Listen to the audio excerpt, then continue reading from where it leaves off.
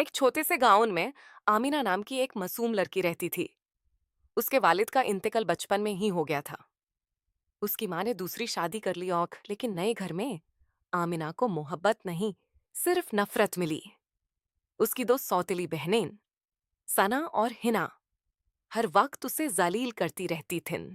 कभी उसका खाना छुपा देती, कभी उसके के बेकत हाथ कपड़े फाड़ देती, और कभी उस पर झूठे इल्जाम लगा देती थीं।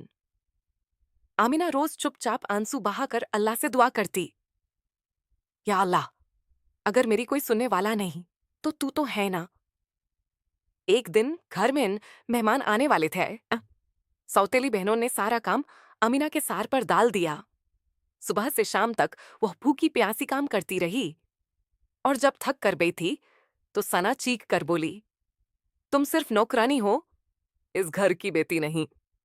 ये अल्फाज सुनकर अमीना का दिल टूट गया, मगर उसने फिर भी सब्र किया।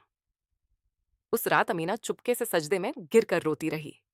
उसने कहा, ये या अल्लाह, मुझे बस इतनी ताकत दे के मैं ना इंसाफी बर्दाश्त कर सकूं। अल्लाह सब देख रहा था। अगली सुबह एक अजीब वाकया हुआ।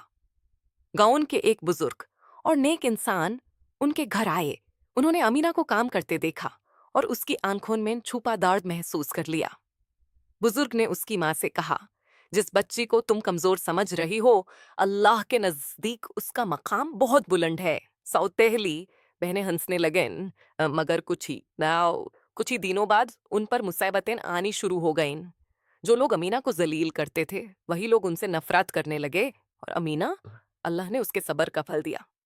गाउन की एक नेक और अमीर खातून ने आमिना को अपनी बेटी की तरह अपना लिया।